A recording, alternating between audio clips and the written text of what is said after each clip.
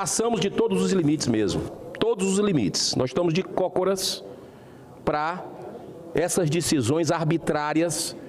E o povo lá fora, quem anda nas ruas, nos mercados, sabe, como os senhores, está nos chamando de covarde, de frouxo, porque os engavetamentos são o tempo todo. A gente não deliberou Toda a história da Suprema Corte de Justiça jamais ocorreu tanto ativismo judicial e tanta interferência em outros poderes com extrapolação de prerrogativas constitucionais. Precisamos lembrar alguns desses abusos cometidos. É bom a gente voltar um pouco. Gilmar Mendes e Dias Toffoli emitem opinião pública afirmando que, na prática, o Brasil já vive um sistema semipresidencialista, com controle de poder moderador, exercido por quem? Por quem? Pelo próprio STF. Edson Fachin faz um verdadeiro malabarismo jurídico, reinterpretando as regras de julgamento ocorrido há anos, em 3 instâncias, visando anular temporariamente condenações justas e legalmente indiscutíveis da Operação Lava Jato, que é um patrimônio do Brasil. Roberto Barroso, depois de articular politicamente junto a líderes partidários sobre as urnas eletrônicas, numa escandalosa militância partidária, faz uma palestra num evento internacional denominado Senador Plínio, livrando-se de um presidente. Nossa Constituição, eu sei que o senhor está sendo muito tolerante, presidente, mas rapidamente aqui eu queria concluir. Nossa Constituição define apenas 2 condições essenciais para a indicação de um ministro do STF: notório saber jurídico e reputação ilibada. Mas o artigo 39 da Lei 1079 de 1950, que trata dos processos de impeachment, define outras 5 condições para o afastamento dos ministros do Supremo. O senador Plínio falou todas as 5, eu não vou repetir aqui. É uma prerrogativa exclusivamente do Senado, que tem 133 anos de república e nunca cumpriu o seu dever perante a sociedade, diante de uma crescente ditadura do poder judiciário. Como dizia Rui Barbosa, ele, nosso patrono aqui do Senado Federal, diante de uma ditadura do judiciário, nós não temos a quem apelar. Eu não estou aqui, presidente Romário, referendando, em hipótese alguma, o comportamento do deputado, que deve responder por seus excessos pelas vias naturais do processo legal, em um Estado de Direito, que nesse caso específico tem que passar pela Câmara dos Deputados.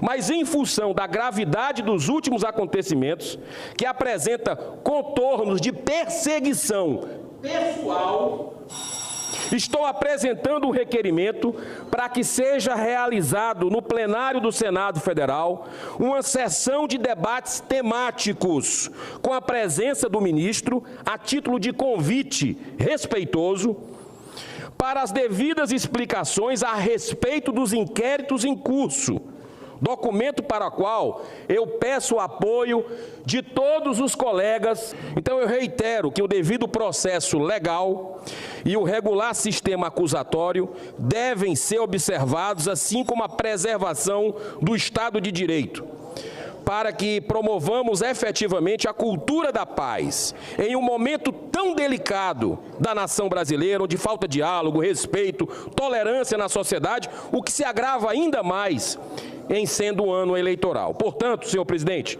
venho mais uma vez reiterar dessa tribuna que a mesa diretora delibere com urgência sobre os mais de 30 pedidos de impeachment, diante de tantos abusos cometidos por aqueles que deveriam ser o maior exemplo de retidão.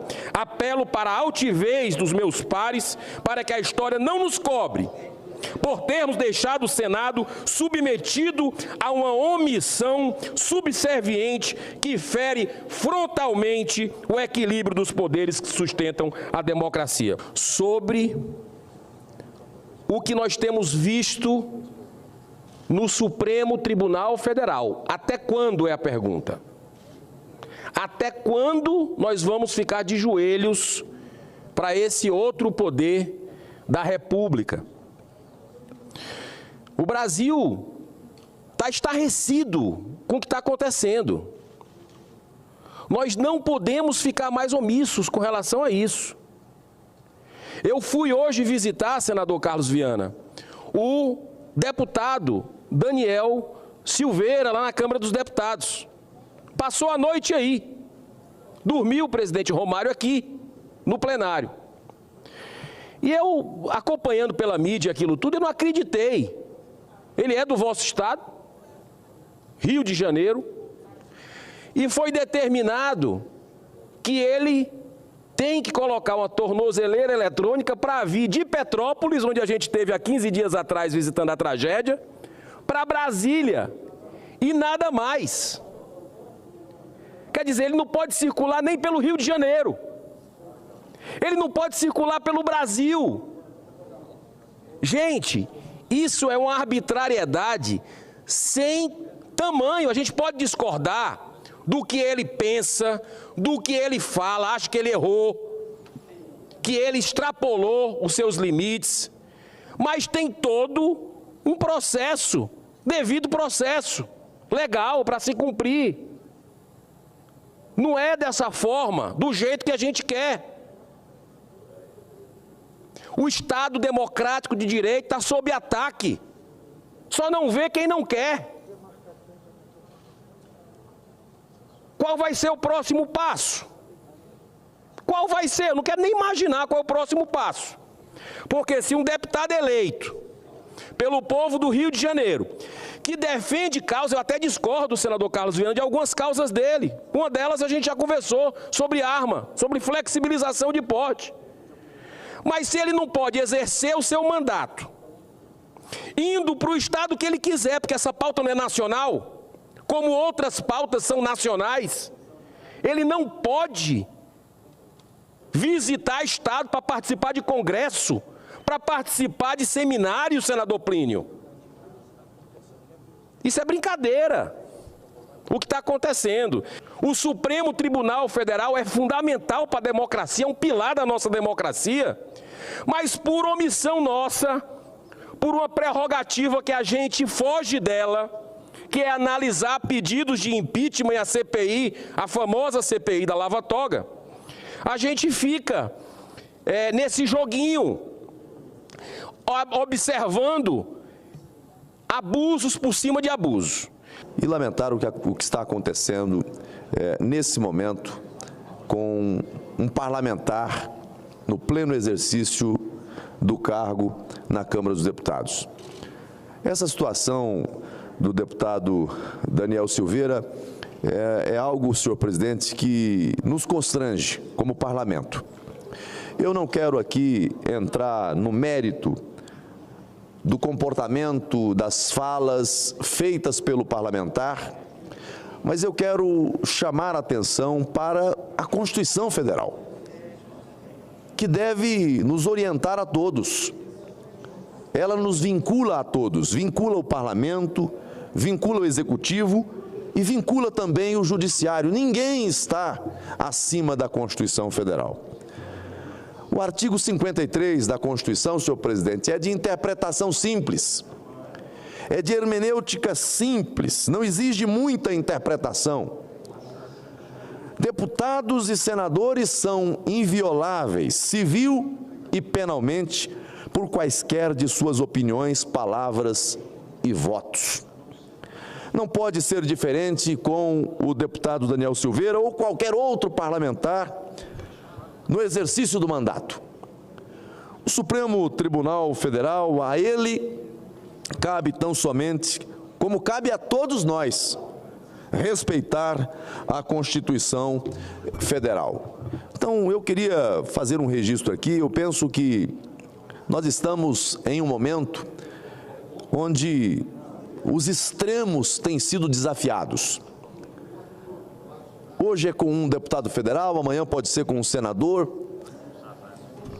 Essa é uma garantia, senhor presidente, para o bom funcionamento do parlamento, para o pleno exercício da atividade parlamentar. Então, eu queria aqui lamentar que, nesse momento, isso esteja acontecendo, um parlamentar que esteve preso há pouco tempo atrás e agora uma ordem para a colocação de um equipamento eletrônico, uma tornozeleira eletrônica. Ele se asila dentro do parlamento para desafiar a decisão judicial. Olha a que situação chegamos. A que situação chegamos. Uma ordem judicial sendo desafiada. Eu não sou estimulador de desobediência. Quem está investido na função deve ter as suas decisões acatadas, mas é preciso também, do lado de lá e do lado de cá, fazer reflexões. Espero que a Câmara dos Deputados possa, à luz da Constituição Federal, enfrentar essa questão e fazer valer aquilo que está previsto na Constituição Federal. E um apelo também à nossa Suprema Corte. Eu penso que a nossa Corte Constitucional é uma corte que tem 11 integrantes. E quando uma decisão, às vezes, desafia aspectos da Constituição ou da própria legislação, cabe a decisão ser levada ao Pleno para que o Pleno decida em nome da instituição. Mas eu penso que essa situação não pode ser postergada desafiando a Constituição Federal, desafiando garantias constitucionais que a todos os componentes do parlamento são muito caras. Repito, não estou fazendo julgamento aqui dos posicionamentos deste ou daquele parlamentar.